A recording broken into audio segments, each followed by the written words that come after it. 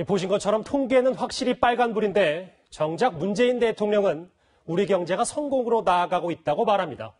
상황 인식에 문제가 있는 건 아니냐 이런 논란이 불거질 수밖에 없는데요. 야당은 달나라 사람 아니냐고까지 비판했습니다. 이어서 조아라 기자입니다.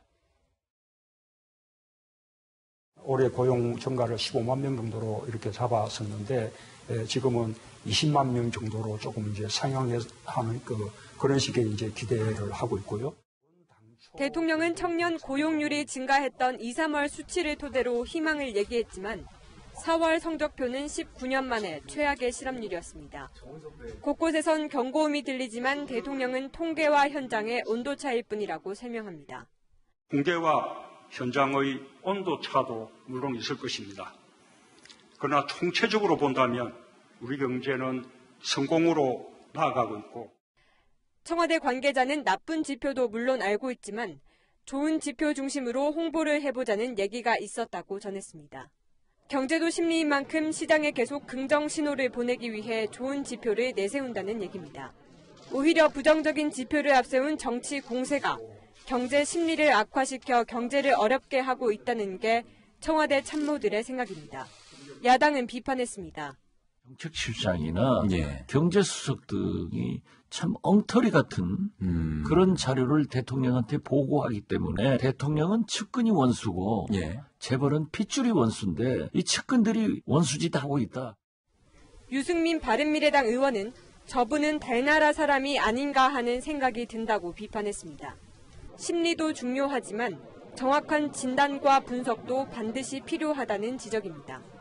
채널A 뉴스 조아라입니다. 지금부터는 국내 정치권 소식입니다.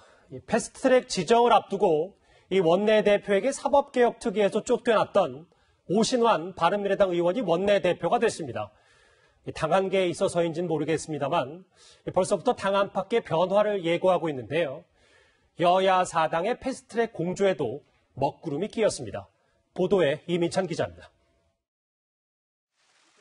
바른정당계와 국민의당 출신 호남계의 대리전 구도로 치러진 바른미래당 원내대표 경선에서 바른정당 출신 오신환 의원이 승리했습니다. 재적의원 24명 중 과반 이상의 표를 얻어 김성식 의원을 꺾었습니다. 바른정당 출신 8명의 안철수계의 표가 몰렸다는 분석이 나옵니다. 오 원내대표는 당장 손학규 대표의 퇴진을 요구했습니다. 그 변화의 저는 첫걸음은 현 지도부의 체제 전환이라고 생각합니다. 대신 바른미래당 창당을 주도했던 유승민, 안철수 전 대표의 역할론을 강조하며 유 전 대표의 재등장을 예고했습니다. 여야 4당의 패스트트랙 공조에도 균열이 예상됩니다. 절차적 정당성이 저는 훼손됐다고 보고요. 그 정상화의 의미를 담을 수 있는 그런 형태로 다시 바꾸도록 그렇게 하겠습니다. 공수처법과 검경 수사권 조정안을 다루는 사법개혁 특위에서는 변화가 시작됐습니다. 사개특위에 뒤늦게 교체 투입됐던 임재훈, 최이배 의원이 특위에서 물러났고 오 원내대표는 민주당의 공수처법안인 백혜련 의원안에 대해 반대 의사를 분명히 했습니다. 선거제도를 심의할 정치개혁 특위도 난항이 예상됩니다. 바른미래당이 새로운 선거제도를 제안할 가능성이 큰 데다 민주평화당 유성엽 원내대표가 국회의원 정수 증언을 요구하고 나섰기 때문입니다. 채널A 뉴스 이민찬입니다. 경제는 연일 안 좋은 지표를 쏟아내고 있는데 정치권은 여전히 막말 공방을 벗어나지 못하고 있습니다. 자유한국당 나경원 원내대표가 문재인 대통령을 영화 어벤져스의 악당 타노스에 비유한 이 발언을 놓고 여야가 충돌했습니다. 문노스가 극우 성향 사이트 일베에서 쓰는 용어인지가 쟁점이었습니다. 최선 기자입니다. 문노스의 장갑이라고 이 패러디가 요새 유행된다고 하는데 이 첫 번째 방송 장악, 두 번째 사법부 장악, 이 나머지가 바로 선거법하고 공수처법이다. 나경원 자유한국당 원내대표가 영화 어벤져스 속 악당 타노스를 문재인 대통령의 빗대 문노스라고 부르자 더불어민주당이 맹공을 퍼부었습니다. 문노스가 극우 성향 사이트 일베에서 쓰는 용어라는 이유에서입니다. 민주당 여성 당원들은 나 원내대표의 사퇴를 촉구했습니다. 이제는 일베 사이트에 또 나오는 문노스라는 망할 다시 내뱉고 있습니다.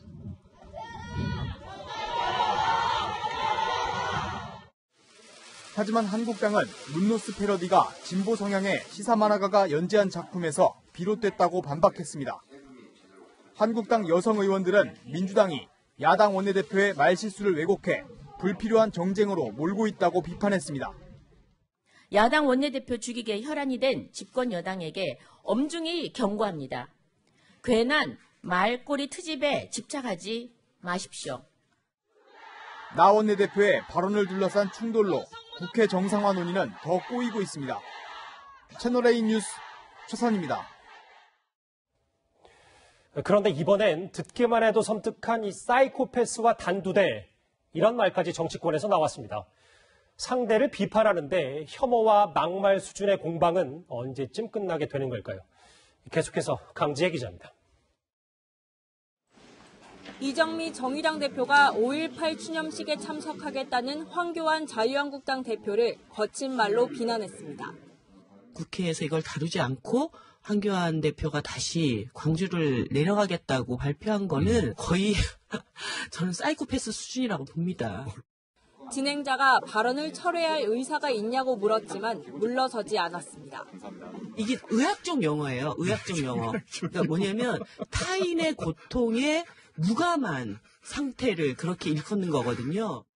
황 대표는 제 갈 길 가겠다며 오히려 문재인 대통령과 더불어민주당을 겨냥했습니다. 대통령께서도 막말하지 말라고 그러셨다면서요. 지금 우리더러 막말하지 말라라고 말씀할 입장인가? 저도 민주당에게 참 많은 막말을 들었습니다. 광화문 광장에 설치된 대한애국당의 천막을 놓고도 거친 말이 이어졌습니다. 박원순 서울시장은 철거 지시에도 천막을 거두지 않는 애국당을 불법 집단이라 불렀습니다. 완전히 불법 집단이죠. 서울시의 조례에 따르면 광화문에서는 정치적인 목적의 그런 이 행사나 또는 텐트를 치는 것은 불법입니다. 그러자 애국당은 단두대를 거론하며 반발했습니다. 박원순 시장의 단두대를 설치하고 포승줄에 묶인 박원순 시장의 조형문도 만들어 걸겠습니다. 거친 언행들이 정치권에 대한 불신을 더 키우고 있다는 지적입니다. 채널A 뉴스 강지혜입니다. 다음 소식입니다. 경찰이 오늘 클럽 버닝썬 관련 수사를 마무리했습니다. 152명의 수사 인력이 106일 동안 매달렸지만 사실상 빈손입니다. 경찰이 주력했던 승리의 구속영장은 기각됐고 특히 경찰과의 유착 관계에 대해서는 새로 밝혀낸 게 없습니다. 사건 초기 경찰총장으로 알려진 핵심 인물이죠. 윤모 총경에 대해서는 뇌물죄뿐만 아니라 청탁금지법도 적용하지 못했습니다. 먼저 여현규 기자가 보도합니다. 연예인들과의 유착 의혹이 불거졌던 윤모 총경. 가수 승리 등이 참여한 카카오톡 단체방에서 경찰총장으로 불리면서 핵심 인물로 떠올랐습니다. 그러자 경찰은 관련자 50명에 대해 모두 93차례 조사를 벌였습니다. 하지만 유착의 핵심인 뇌물죄 혐의를 적용하지 못했습니다. 대가성이 인정되기는 어려워 뇌물죄 적용은 어렵다고 최종 판단하였습니다. 접대받은 시기와 사건 개입 시점이 1년 이상 차이가 나는 등 대가성을 입증하기 어렵다는 겁니다. 앞서 윤 총경은 승리의 동업자인 유인석 전 유리홀딩스 대표로부터 골프 4차례와 식사 5차례를 접대받고 3회에 걸쳐 콘서트 티켓도 받은 것으로 확인됐습니다. 하지만 거기까지였습니다. 경찰은 청탁금지법도 적용할 수 없다고 밝혔습니다. 청탁금지법은 한 번에 100만 원 또는 1년 기준으로 300만 원을 넘어야 적용받는데 윤 총경은 2년에 걸쳐 268만 원을 제공받았다는 겁니다. 결국 윤 총경은 뇌물죄 대신 직권 남용 혐의만 적용받았습니다. 지난 2016년 유 전 대표의 부탁을 받고 유흥주점인 몽키뮤지엄의 단속 정보를 알아봐줬다는 혐의입니다. 채널A 뉴스 여현규입니다. 경찰의 수장이 명운을 걸겠다고 말한 버닝썬 사건과 경찰과의 유착 수사. 하지만 용두사미로 끝났습니다. 승리에 대한 구속영장 재청구도 어려운 상황입니다. 박건영 기자가 보도합니다. 경찰은 152명의 전문 수사 인력을 투입해 지난 1월 30일부터 106일간 수사를 벌였습니다. 클럽 버닝썬 폭행 사건으로 촉발된 경찰 유착 의혹 등을 대대적으로 수사한 겁니다. 경찰의 명운이 걸렸다는 자세로 확인을 해 나가겠습니다. 하지만 유착과 관련해 경찰관 8명이 입건된 이후 새롭게 드러난 것은 없습니다. 버닝썬과 관련해선 미성년자 출입 사건을 제대로 처리하지 못한 경찰관 1명이 전부입니다. 지난해 11월 버닝썬 폭행 사건 당시 김상규 씨가 제기한 의혹에 대해서도 경찰은 유착 정황은 없었다고 밝혔습니다. 이런 가운데 가수 승리에 대한 구속영장이 기각됐습니다. 버닝썬 자금 횡령 등의 혐의를 집중 부각시켰지만 법원이 다툼의 여지가 있다고 판단한 겁니다. 그럼 구속영장 신청이 지나쳤다고 생각하십니까? 경찰 관계자는 영장 재신청과 관련해서도 현재로선 얘기하기 어려운 상황이라고 밝혔습니다. 경찰이 조만간 승리 관련 사건을 검찰로 넘길 예정인 가운데 향후 검찰 수사에 관심이 쏠리고 있습니다. 검찰 수사에서 추가 혐의 등이 나올 경우 검경 수사권 조정 국면에서 경찰이 난감한 상황에 빠질 수 있다는 예측이 나옵니다. 채널A 뉴스 박건영입니다. 경찰의 악재가 겹쳤습니다. 현직 경찰관들이 돈을 받고 성매매 단속 정보를 유출한 정황을 검찰이 포착했습니다. 정보를 받은 문제의 업소, 전직 비경찰관이 운영하는 곳이었습니다. 권솔 기자의 보도입니다. 검찰이 오늘 서울지방경찰청 풍속수사계와 수서경찰서 생활질서계를 동시 압수수색했습니다. 두 곳에 근무 중인 현직 경찰관들이 경찰 출신 성매매 업주인 박모 전 경위에게 단속 정보를 유출한 정황이 포착된 겁니다. 박 전 경위는 2012년 강남 룸살롱 황제로 불린 이경백 씨에게 단속 정보를 건네고 1억 원 이상을 받은 혐의로 구속영장이 청구되자 잠적한 인물입니다. 7년간의 도피 생활 중에도 서울 강남과 목동 일대에서 외국인 여성을 고용한 성매매 업소 여러 곳을 운영해오다 지난달 검찰 단속에 덜미가 잡혔습니다. 검찰은 구속된 박 전 경위의 차명 휴대전화에서 최근까지 후배 현직 경찰관들과 수시로 연락해온 내역을 찾아냈습니다. 경찰관 등에게 돈을 건넨 정황이 기록된 장부도 확보한 것으로 전해졌습니다. 검찰은 박 전 경위의 도피를 도운 관련자들이 더 있는지 추적하고 있습니다. 채널A 뉴스 권솔입니다. 정말 아찔했던 사고가 대구에서 있었습니다. 대구 최초이자 유일한 5성급 호텔인 인터블고에서 화재가 발생해 30명이 넘는 투숙객이 연기를 마셨습니다. 현장에서 불을 지른 용의자가 붙잡혔는데 이 호텔의 투숙객이었습니다. 김태영 기자입니다. 호텔 건물 밖으로 시커먼 연기가 솟아오릅니다. 투숙객들은 외벽난간 위에 서서 구조를 기다립니다. 대구 시내 5성급 호텔인 인터블고 호텔 별관 2층에서 불이 난 건 오전 9시 20분쯤. 아침부터 연기도 많이 나고 좀 울렸죠. 소리 났습니다. 소방차 50대와 소방관 150명이 투입돼 진화 작업에 나섰고 불은 40분 만에 꺼졌습니다. 이 불로 투숙객 36명이 연기를 마셨고 일부는 병원 치료를 받았습니다. 당시 별관엔 40명 넘는 투숙객들이 있었지만 제때 스프링클러가 작동해 더 큰 피해를 막았습니다. 경찰은 현장에서 방화용이자 55살 남성을 붙잡아 조사하고 있습니다. 이 남성의 차량에선 칼과 톱 등 공구와 기름이 담긴 말통들이 발견됐습니다. 경찰은 남성이 바닥에 기름을 붓고 불을 지르다 자신의 손에 불이 붙는 모습이 담긴 CCTV 영상을 확보했습니다. 이 남성은 불을 지른 사실은 인정했지만 이유에 대해선 함구하고 있습니다. 일체 진술 안에가 유치자 지금 입감식이 났어요. 화재에 관해서 화재 방화 동기라든지 방법이라든지. 경찰은 이 남성의 과거 정신병력과 함께 마약 투약 여부를 조사하고 있습니다. 채널A 뉴스 김태형입니다. 이런 일도 있었습니다. 한 20대 남성이 전국의 찜질방을 돌면서 심야 시간 잠든 손님들의 휴대전화 유심칩을 훔쳤습니다. 다른 사람 유심칩으로 소액 결제를 의뢰해 훔친 돈만 1,700만 원이었습니다. 우현기 기자입니다. 지난달 서울의 한 찜질방입니다. 한 남성이 잠들어 있는 손님의 휴대전화에서 유심칩을 꺼냅니다. 그리고 아무 일 없다는 듯 태연하게 자리에서 일어납니다. 20살 오모 씨는 전국의 찜질방과 사우나를 돌며 잠든 손님의 휴대전화 유심칩을 훔쳤습니다.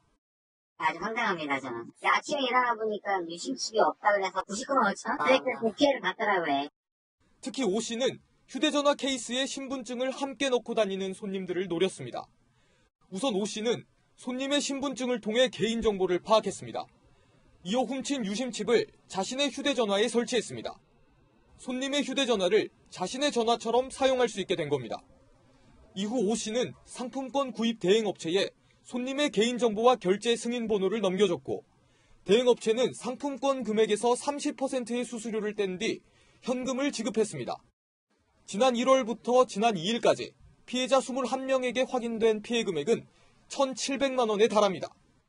유심카드를 절취해서 소액결제나 콘텐츠 구입에 이용하고 있어 피해가 많이 예상됩니다. 경찰은 절도 혐의로 오 씨를 구속하고 대행업체 직원 3명을 불구속 입건했습니다. 채널A 뉴스 우현기입니다. 만 19세 미만의 미성년자가 범죄를 저지르면 교도소 대신 소년원에 보냅니다. 처벌보단 교화가 더 중요하다는 의미에서일 텐데요. 그런데 현실은 소년원의 열악한 환경 때문에 교화는커녕 성폭력 사건만 빈번합니다. 김철웅 기자가 취재했습니다. 광주 고등법원은 지난달 소년원에서 성추행한 혐의로 재판에 넘겨진 10대에게 장기 3년, 단기 2년의 중형을 선고했습니다. 이군이 17살이던 지난 2017년 부산 소년원 생활관에서 동기에게 여러 차례 자신의 신체를 만지도록 강요한 혐의 등이 적용된 겁니다. 이군 사건과 같이 소년원 안에서 발생한 성교율 위반 사건은 지난 5년간 97건. 소년원이 범죄의 공간이 돼 교화 기능을 잃은 건 과밀 수용 등 열악한 환경과 무관치 않다는 지적이 나옵니다. 지난해 기준 전국의 소년원 대부분이 수용 정원을 초과했습니다. 서울과 안양 소년원은 정원 대비 130%가 넘게 수용하고 있습니다. 기본적으로 사람이 너무 많아요. 다들 여기 있으면 교환은커녕 스튜디오에서 나가겠다고 그랬었어요. 한 끼당 1,803원에 불과한 식사도 문제입니다. 서울시 교육청 산하학교의 한 끼 평균 급식비인 3,629원의 절반도 안 됩니다. 2분 많은데 식사가 정해져 있으니까 항상 배고픈 것도 그렇고 힘이 센 애들이 약한 애들 밥도 뺏어먹고. 소년범의 재범률은 약 40%. 10명 중 4명은 교화에 실패했다는 얘기입니다. 가정으로 되돌아갔을 때 그 가정 환경이 변하지 않았기 때문에 다시 재범 위험에 노출될 가능성이 굉장히 크다고 볼 수 있습니다. 전문가들은 소년원 환경 개선뿐 아니라 부모 교육 등으로 가정 환경까지 바꿔야 재범률을 낮출 수 있다고 분석합니다. 채널A 뉴스 김철웅입니다. 김학의 전 법무부 차관이 드디어 내일 법원에서 구속영장 심사를 받습니다. 김 전 차관의 구속영장에는 지난 2007년부터 16개월간 무려 200차례 가까이 성접대를 받은 혐의가 포함됐습니다. 보도에 최주연 기자입니다. 김학의 전 법무부 차관은 윤중철 씨 등 성접대 의혹 당사자들을 전혀 모른다고 주장해왔습니다. 성폭행 피해 성취가 아직도 모르시나요? 검찰은 윤 씨에게서 성접대 여성 6명을 김 전 차관에게 소개해줬다는 진술을 확보했습니다. 골프 접대 10차례 모두 성접대로 이어진 정황도 포착했습니다. 김 전 차관의 구속영장에는 지난 2007년부터 16개월간 200차례 가까이 성접대를 받은 혐의가 포함됐습니다. 검찰 관계자는 직접 상해는 없지만 정신적 피해가 확인되면 강간치상 혐의를 적용할 수 있다고 설명했습니다. 김 전 차관이 지난 2007년 초 윤 씨와 부부 동반 저녁 식사를 하고 춘천지검장 부임 직후인 2008년 3월 3차례 이상 차명 휴대전화로 윤 씨에게 전화한 단서도 확보했습니다. 김 전 차관은 법원의 구속영장 심사를 하루 앞두고 변호인들을 만나 방어 전략을 논의했습니다. 김 전 차관의 구속 여부는 이르면 내일 밤 결정됩니다. 채널A 뉴스 최주현입니다.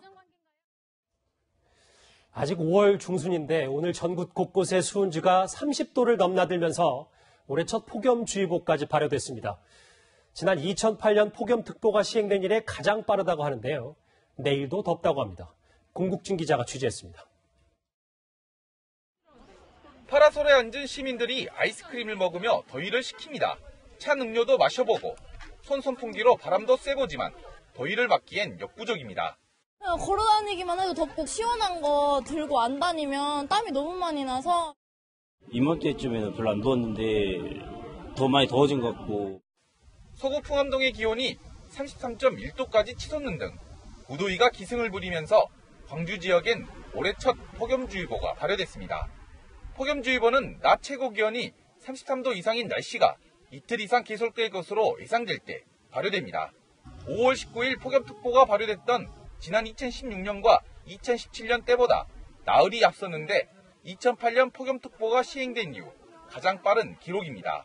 거의 고기압권 들면서 일사의에서 계속 기온이 상승됐잖아요. 내일까지도 대체로 오늘하고 똑같은 기압기 분포가. 내일 서울은 30도, 모레는 29도까지 오르고 광주는 33도까지 오르는 등 평년보다 7도 이상 높은 한여름 날씨가 이어질 전망입니다. 채널A 뉴스 홍진입니다. 오늘로 예정됐던 버스 대란, 전국 버스 노조의 총파업은 다행히 피했습니다. 버스 노사가 전격 합의했기 때문인데요. 그런데 이 과정에서 버스 요금 인상이 받아들여졌고 버스 회사에는 정부 예산을 지원하기로 했습니다. 그러니까 결국 국민들의 쌈짓돈과 세금을 더 쓰도록 한 게 정부의 해법인 겁니다. 유주은 기자입니다. 사상 초유의 전국 단위 버스 대란을 막기 위해 정부가 내놓은 첫 번째 카드는 버스 요금 인상입니다. 9월 경기도를 시작으로 충청과 세종, 경남도 올해 안에 버스 요금을 올리기로 했습니다. 경기도는 시내버스 200원, 광역버스 400원을 올리기로 하면서 버스 회사들에게 한 해 2,500억 원을 더 벌 수 있게 해줬습니다. 시민의 쌈짓돈으로 버스 회사가 노조 요구를 수용할 수 있도록 해준 셈입니다. 두 번째 카드는 3,000대의 수도권 광역버스에 준공영제를 도입하는 겁니다. 버스 회사의 적자를 정부 예산으로 보전해주는 건데 2,200억 원 넘는 국민 세금이 더 들어갈 것으로 추산됩니다. 교통비가 오르면은 이제 생활비가 조금 지출이 많아지고 그러다 보면은 서울 쪽으로 나가게 되기가 힘들지 않을까. 세금은 조금 적절하지 않다고 생각해요. 너무나 나가는 세금도 많고 또 국민들이 조금 사는 게 너무 힘들고 경제적으로 좀 어려운 점도 많잖아요. 이번 버스 노사가 합의한 임금 인상도 장기적으로 국민들의 부담입니다. 임금 인상률이 가장 높은 지역은 인천으로 8.1%에 이르고 가장 낮은 서울도 3.6% 수준입니다. 이렇게 합의한 버스 회사 대부분이 준공영제 대상이라 막대한 세금이 추가로 들어갈 수 있습니다. 기본급을 인상하는 이슈가 발생하면 버스 회사에서는 경영난을 이유로 정부의 어떤 보조금 지급을 추가로 더 요구하게 되는 상황이 발생할 수도 있겠습니다. 주 52시간제 시행 이후 1년간 손 놓고 있던 정부가 급한 불을 끈다며 내놓은 해결책은 국민의 돈이었습니다. 채널A 뉴스 유주은입니다. 택시기사가 분신 사망하는 사건이 또 발생했습니다. 차량 공유 서비스에 반대하고 있던 것으로 추정되는데요. 이런 일이 벌써 네 번째입니다. 염정원 기자가 취재했습니다. 개인 택시기사들이 서울 광화문 광장을 가득 메웠습니다. 불법적인 택시공유 즉각 처벌하라! 주최 측에 추산 만여 명이 모여 택시 영업을 위협하는 차량 공유 서비스 반대 집회를 열었습니다. 차량 공유 상품 타다 아웃이라고 적힌 대형 현수막을 찍고 형형색색의 연기도 피워 올렸습니다. 가슴에 근조 리본을 단 집회 참가자들은 오늘 새벽 숨진 74살 안모 조합원의 추모식도 엄수했습니다. 안 조합원님께서는 타다 아웃을 지며 분순하시어 끝내 돌아가셨습니다. 참가 고인의 명복을 빕니다. 안 씨는 오늘 오전 3시 20분쯤 서울광장 차량 공유대여소 근처에서 분신을 시도했습니다. 신고를 받고 출동한 경찰이 약 10여 분 만에 불을 껐지만 안 씨는 결국 숨졌습니다. 안 씨가 세워둔 택시에는 차량 공유에 반대하는 문구들이 여러 개 붙어 있었습니다. 정부 방침에 대해서 불만을 약간 좀 가지고 있었죠. 카풀이나 그 타다에 대해서 불만을 토론했어요. 5개월 새 벌써 네 번째 극단적 선택을 두고 택시 조합들은 차량 공유 서비스 퇴출 집회를 이어갈 계획이라고 밝혔습니다. 채널A 뉴스 염정원입니다. 이 공공임대 아파트 가운데 10년 동안 거주하면 내 집으로 바뀌는 아파트가 있습니다. 10년 전 경기도 판교에서 공급됐던 이런 임대 아파트들이 곧 분양 전환을 앞두고 있는데요. 그런데 잘 아시는 것처럼 10년 새 아파트 가격이 폭등하면서 시세 감정평가액으로 돈을 내야 하는 입주민들이 불만의 목소리를 내고 있습니다. 홍유라 기자가 취재했습니다. 올해 9월이면 분양 전환되는 공공임대 아파트입니다. 이렇게 아파트 내부에도 현재 분양가 산정 방식을 비판하는 현수막이 층마다 붙어 있습니다. 시세에 따른 감정평가액으로 분양가를 정해야 하는데 입주민들이 반대하고 있습니다. 20, 30년 기다려서 평생처 24평 내 집 마련하려는 무주택 서민들한테는 왜 시세 감정가로 분양을 하는지 저희는 이해가 안 갑니다. 10년 사이 폭등한 시세가 감당할 수 없는 수준이라는 겁니다. 뭐 7억 8억 우리가 돈이 어디에서 7억 8억 하겠습니까? 이런 10년 공공임대 아파트는 전국에 12만 채. 입주민들은 분양가 상한제 적용을 요구하며 항의 집회까지 열었습니다.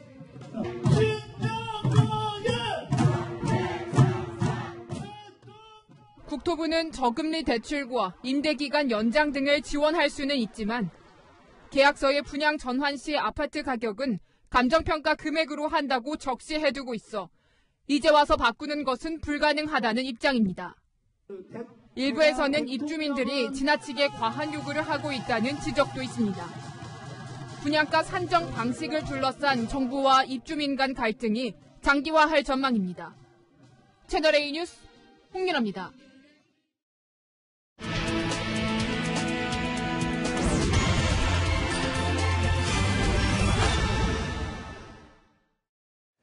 얼마 전 부천과 고양 등 3기 신도시 지역이 발표되면서 기존 2기 신도시 주민들의 불만이 커지고 있습니다. 허술한 교통정책 때문에 2기 신도시만 피해를 볼 거라는 분노가 있는 건데요. 저희가 앞서 버스 파업 소식 전해드렸습니다만 버스 대란이 현실화됐었다면 수도권 신도시 주민들이 가장 직격탄을 맞았을 겁니다. 김유림 기자의 더 깊은 뉴스입니다. 2010년 파주 운정신도시에 입주한 이승철 씨. 서울시청까지 통근 거리만 40km. 두 번 버스를 갈아타는 탓에 왕복 출퇴근 시간이 4시간이나 걸립니다. 17분, 11분 차 대기하고 버스 정류장까지 걸어가서 버스 대기하고 또 버스 타고 한 번 또 갈아타고. 입주 당시 홍보대로 지하철 3호선 연장 사업이 실현됐다면 벌어지지 않았을 일입니다. 신도시 지정되고 분양을 받을 때부터 저희 지역 정치인분들도 계속 그렇게 공언하셨고 파주시장께서도 3호선을 유치하겠다고 계속 공언했는데 서울을 잇는 급행철도 GTX는 우여곡절 끝에 작년 말 착공식만 했을 뿐 공사가 언제 시작될지는 아무도 모릅니다. 실제 공사는 언제부터 시작이 되는 거라고 보면 되나요? 저희는 최대한 조속하게 하겠다라는 게 기본 입장이고요. 얼마 안 남았습니다. 입주민들이 낸 분양가는 교통분담금만 2조 원이 넘게 포함됐지만 절반인 1조 원은 도로 확충에 소진해버렸습니다. 이 와중에 서울 가는 길목에 3기 신도시 건설 계획이 나오자 기존 신도시 주민들이 거세게 반발하고 있습니다. 근데 강남 집값을 잡기 위해서 왜 일산 앞에다가 이 신도시를 짓냐고요. 고향 창릉에 만약에 제3기 신도시를 한다면 누가 여기 와서 살겠습니까? 제2기 신도시는 죽으라는 것밖에 아닙니다. 2기 신도시 중 그나마 성공했다는 미래 신도시도 교통 오지로 불립니다. 계획했던 철도망 4개가 지지부진한 상태에다 그나마 강남을 관통하는 미래 신사 경전철만 추진 10년 만에 민자 적격성 조사라는 산을 넘었습니다. 논다 켜놓고는 지금까지도 소식이 없어요. 여기 차 막혀서 난리예요. 그래갖고 차 때문에 이사 가는 사람 됐어요. GTX 3개 노선을 포함해 수도권에는 10개가 넘는 철도 계획이 표류하고 있습니다. 정부는 대도시권 광역교통위원회를 꾸려 일관성 있는 수도권 교통정책을 약속했습니다. 하지만 정부 부처 간 알력 속에 위원회가 올해 도시 광역철도 건설비로 책정한 예산은 2,700억 원에 불과합니다. 1km당 건설비가 1,000억 원을 훌쩍 넘는다는 점을 감안할 때 도시철도 건설에는 기본적으로 조 단위의 예산 확보가 필수라는 지적이 나옵니다. 이기 신도시의 실수를 다시 반복하지 않으려고 그러면은 그냥 막연히 철도 놓겠습니다가 아니라 재원조를 어떻게 하고 그다음에 언제까지 어떤 프로세스를 하겠다 분명히 해야 될 것 같고요. 설상가상으로 사업성이 있는 것으로 판단한 용인, 의정부 경전철까지 큰 폭의 적자를 내고 있어 재정 부담을 가중시키고 있습니다. 국토부는 예비 타당성 조사까지 면제하며 3기 신도시 철도망 건설에 속도를 내겠다고 밝혔습니다. 대중교통망의 개선 속도도 개발 속도와 맞춰서 간다 그러면 예타를 면제하면서까지 꼭 진행을 해야 되느냐에 대한 그런 실효성에 더 강한 의문을 가질 수밖에 없네요. 결국 3기 신도시 교통망 약속 역시 희망 고문에 그칠 수 있다는 지적이 많습니다. 3기 신도시를 바라보고 기대하고 있는 분들, 정부의 장밋빛 전망에 속지 마십시오. 채널A 뉴스 김유리입니다. 세계 원유 수송의 동맥이라고 불리는 곳, 이란이 미국의 제재에 맞서 봉쇄하겠다고 위협한 곳이죠. 호르무즈 해협의 긴장감이 극대화되고 있습니다. 미국으로 가던 사우디 유조선에 이어 사우디의 석유 시설이 공격을 당했는데요. 미국은 B-52 전략 폭격기까지 배치했습니다. 어떤 일이 일어나고 있는지 김윤정 기자가 전해드립니다. 사우디아라비아 동서를 가로지르는 송유관 시설에 공격이 가해진 것은 어제 오후. 수도 리야드 인근 송유관에 연결된 펌프장 2곳에 정체불명의 드론이 나타나 폭발물을 떨어뜨린 겁니다. 공격 직후 이란의 지원을 받는 예멘 후티 반군은 자신들 소행이라고 주장했습니다. ب7 طائرات مسيرة تابعة لسلاح الجو المسير واستهدفت محطتي الضخ البترولية في خط الأنبوب الرئيسي للنفط. 불과 이틀 전 미국행 원유를 싣고 가던 사우디 유조선 2척이 아랍에미리트 앞바다에서 피격을 당한 데 이어 자국 상공에서 공격이 가해지자 사우디 정부는 세계 원유 공급에 대한 테러라고 강력 규탄했습니다. 미국이 배후로 지목한 이란은 그러나 연관성을 부인하며 오히려 미국을 비난했습니다.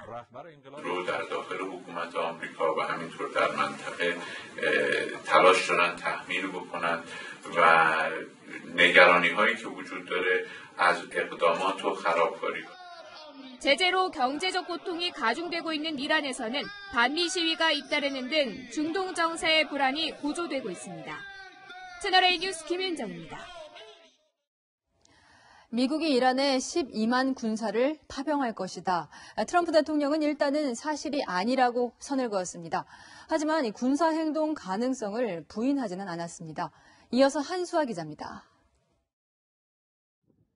전투기 수십 대를 실은 에이브러햄 링컨 항공모함 전단이 지중해에서 넘어와 걸프만에 배치됐습니다. 하늘의 요새로 불리는 B-52 전략 폭격기도 미국 본토에서 카타르로 날아왔습니다.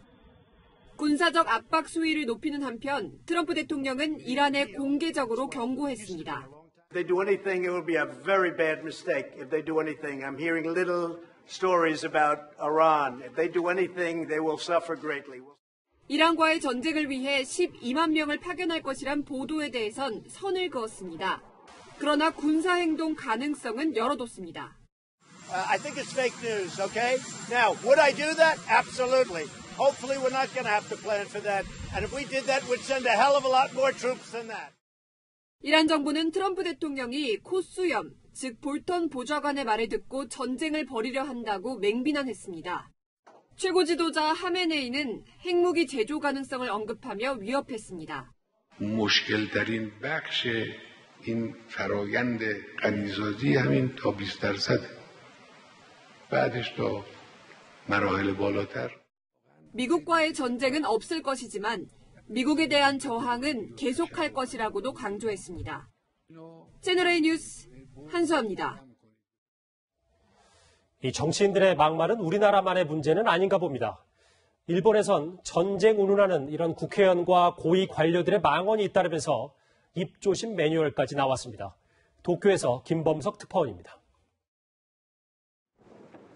태평양 전쟁 후 러시아에 귀속되면서 일본이 반환을 요구하고 있는 쿠릴 4개 섬. 이곳을 방문한 일본 보수당 유신의 소속 국회의원이 사석에서 전쟁을 운운합니다.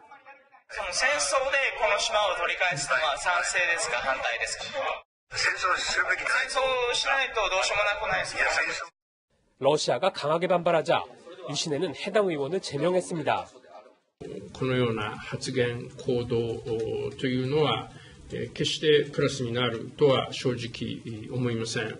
しっかりと襟を正していただきたいと思います。 한 달 전엔 차관급인 국토교통성 부대신이 아베 총리의 지역 사업을 알아서 처리했다고 자랑했다가 사임했고 동일본 대지진 피해 복구보다 해당 지역 의원이 더 중요하다고 한 올림픽 담당상은 발언 2시간 만에 경질됐습니다. 任命責任はもとより内閣総理大臣たる私にあります。国民の皆様にお詫びを申し上げる次第でございます。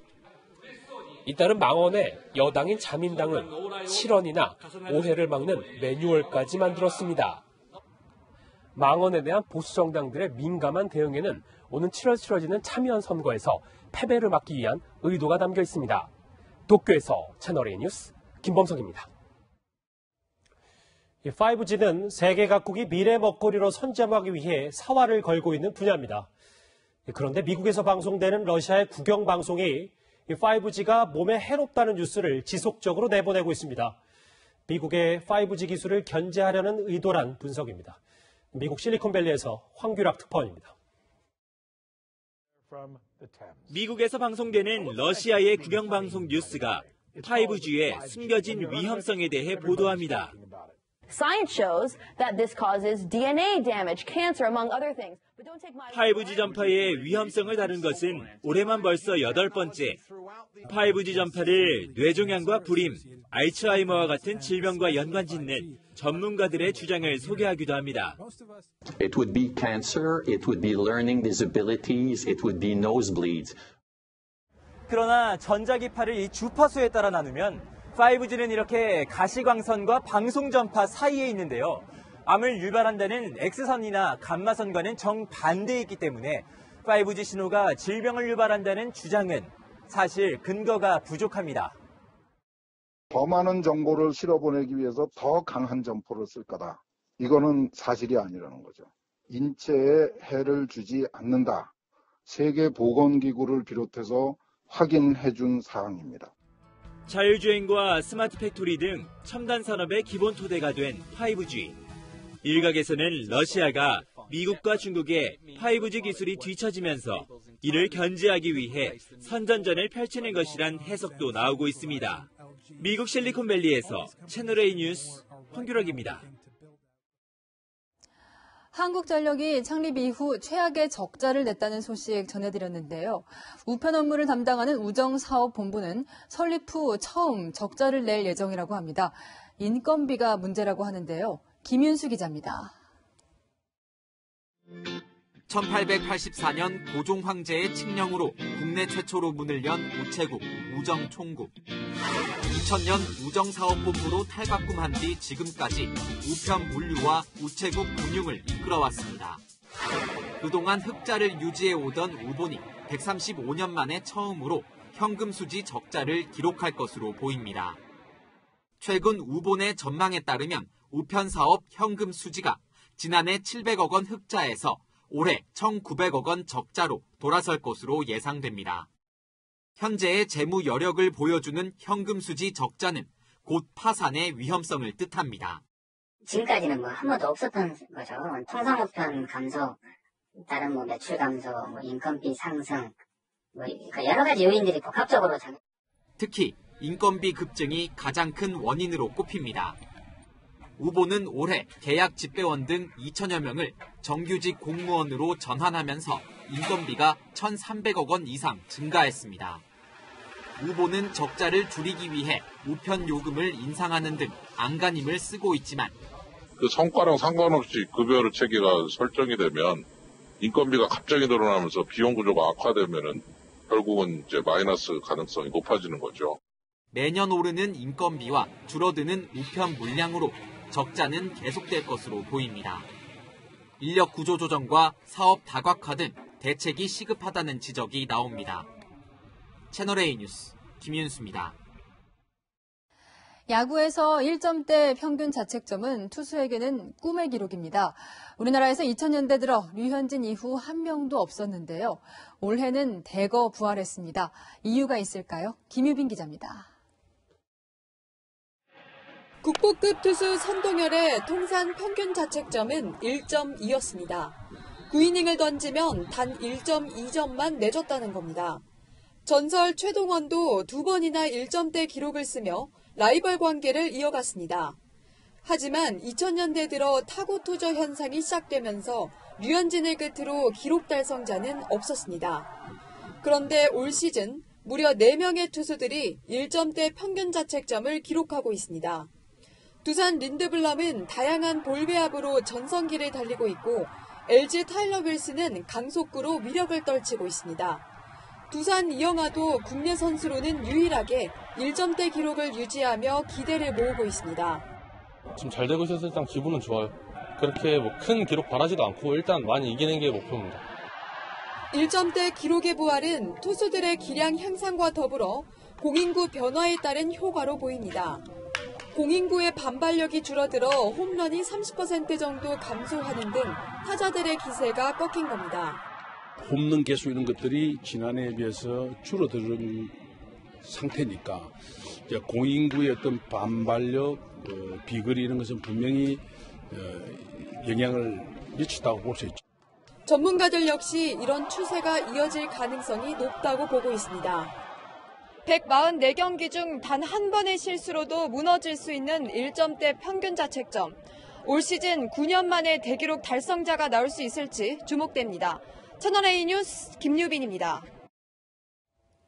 오늘 오후 5시쯤 서울 남부순환로 안양교 인근 공사 현장에서 대형 크레인이 넘어졌습니다. 크레인이 안양교 위를 덮치면서 양방향 사로가 전면 통제되는 등 퇴근길 교통 체증이 빚어졌습니다. 인명피해는 없었으며 경찰은 정확한 사고 원인을 조사하고 있습니다. 벌써 한여름인가 싶으셨죠? 광주에는 올해 첫 폭염주의보까지 내려졌는데요. 내일은 더 덥습니다. 따뜻한 남풍이 계속 불어오고 햇볕도 강하게 내리쬐는데 막아줄 구름도 없습니다. 많은 지역에서 낮 기온이 30도 가까이 오르겠고요. 광주 지역의 폭염특보는 내일까지 이어지겠습니다. 내일도 자외선과 오존, 미세먼지라는 불청객 3종 세트가 찾아오는데요. 내일 자외선 지수는 전국에서 매우 높음, 오존 농도는 나쁜 단계 보이겠고요. 설상가상으로 수도권과 영서, 충청 지역은 대기 정체로 고농도 미세먼지까지 기승을 부리겠습니다. 내일 아침은 전국이 15도 안팎으로 평년과 비슷하게 출발하겠고요. 한낮에는 서울이 30도, 광주가 32도, 대구가 31도로 오르겠습니다. 주말까지는 때이른 더위가 계속됩니다. 다음 주 월요일에는 전국에 비가 오면서 더위가 조금은 누그러들 전망입니다. 날씨였습니다. 네, 오늘 뉴스에 준비한 소식은 여기까지입니다. 시청해주셔서 감사합니다.